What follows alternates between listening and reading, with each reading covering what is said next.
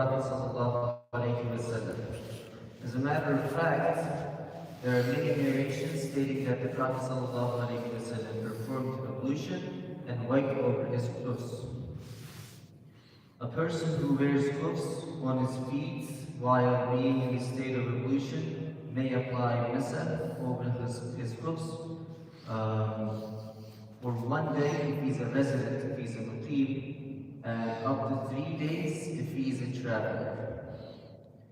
Starting at the time of the invalidation of his ablution after wearing his clothes.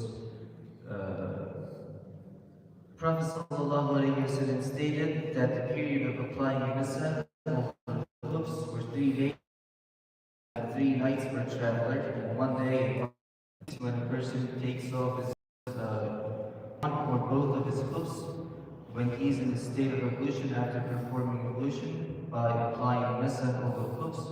He just needs to wash his feet and wear the clothes again without. He needs to clean up the hadith and then redo it. If one takes his clothes off when he is not in the state of ablution, he needs to wash his feet while performing ablution again. When the validity period is over, one should just take off his clothes and wash his feet if ablution. And if he is not in the state of ablution, then he needs to perform a complete regular ablution by also washing his feet. Is it necessary to only wipe over clothes that are worn after performing ablution? If the clothes are worn while one is in the state of ablution after washing feet, there is no need to apply masa over them until one needs to perform ablution again. So you made your ablution, you put on your clothes, even you don't, unless you invalidate ablution, you don't need to wash your feet or you don't need to wipe over the clothes again. However, when a person whose ablution is nullified will perform an ablution and he needs to wipe over the clothes.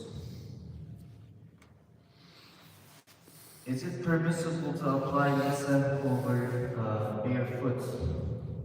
It is stated in the Holy Quran, in Surah Ma'idah, O you who have believed, when you rise to perform prayer, wash your feet and wash your faces and your forearms to the elbows and wipe over your heads and wash your feet to the ankles. So with this ayah, all schools of Ahl Sunnah agree that it is hard to wash the body parts commanded in this verse, which are the face, lower arms with elbows, and feet with ankles. This hadith stating that the Prophet ﷺ and his companions would wash their feet while performing ablution that have been narrated close to a degree of tawatur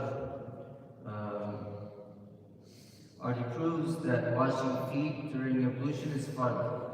I think this is also in the books of Creed because another sect Shia think differently on this. They think that we can wipe over barefoot as well, but this is almost becoming like a creed issue.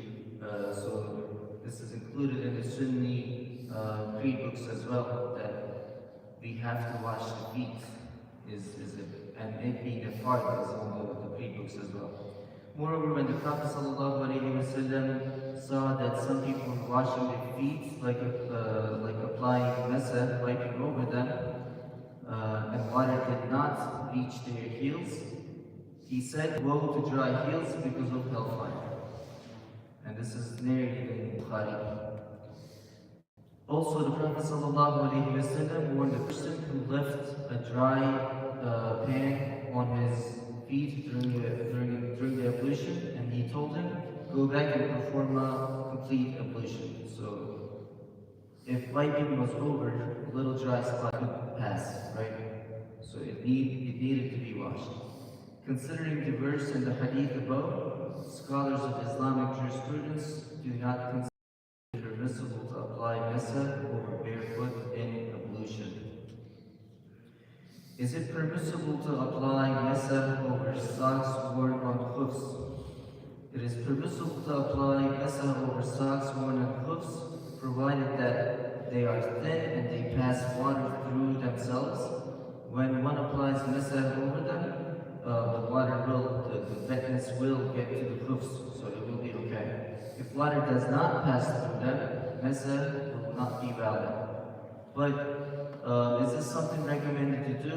No, because then if you do this, then your socks will be wet, and then it's gonna probably smell.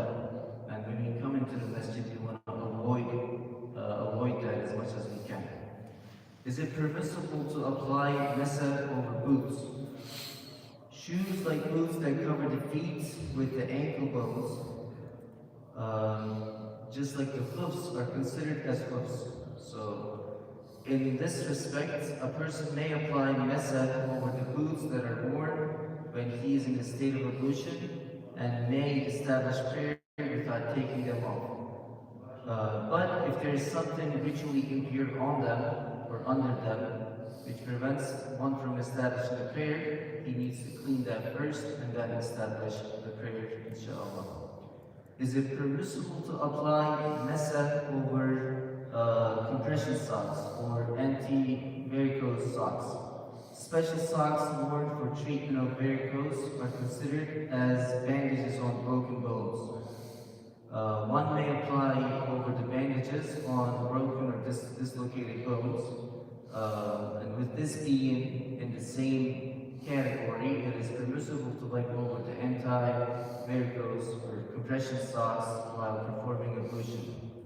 But if the anti-varicose socks are not covering the feet entirely, they're not covering up to the ankle bones, then the uncovered parts must be washed.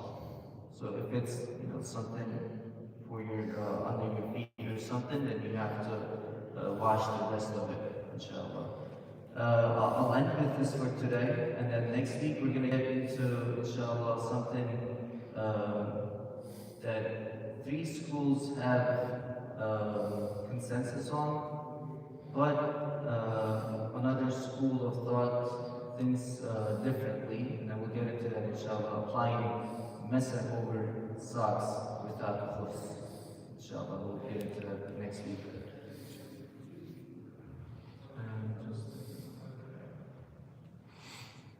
So وآخر دعوانا أن الحمد لله رب العالمين لله تعالى الفاتحة.